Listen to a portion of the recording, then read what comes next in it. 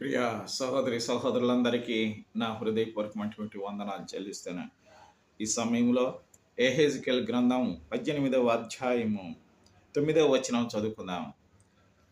యథార్థపరుడై నా కట్టడలను గైకొనుచు నా విధులను అనుసరించుచుండిన ఎడల వాడే నిర్దోషియగును, నిజముగా వాడు బ్రతుకును.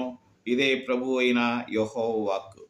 In English, walks in my status and keeps my rules by acting faithfully, he is righteous. He shall surely live, declare the Lord God. అని వ్రాయబడి ఉంది. మా పరలోకమందున్నటువంటి మా పరమ తండ్రి, అవును స్వామి, ఎవరైతే యథార్థపరులుగా నీ కట్టడలను గైకొంటూ నిన్ను అనుసరించుకున్నటువంటి వాళ్ళు నిర్దోషిలోగనని నీవు నిజముగా సెలవిచ్చినటువంటి దేవుడు స్వామి.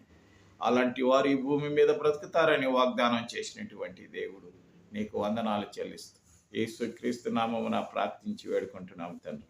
ఆమేన్.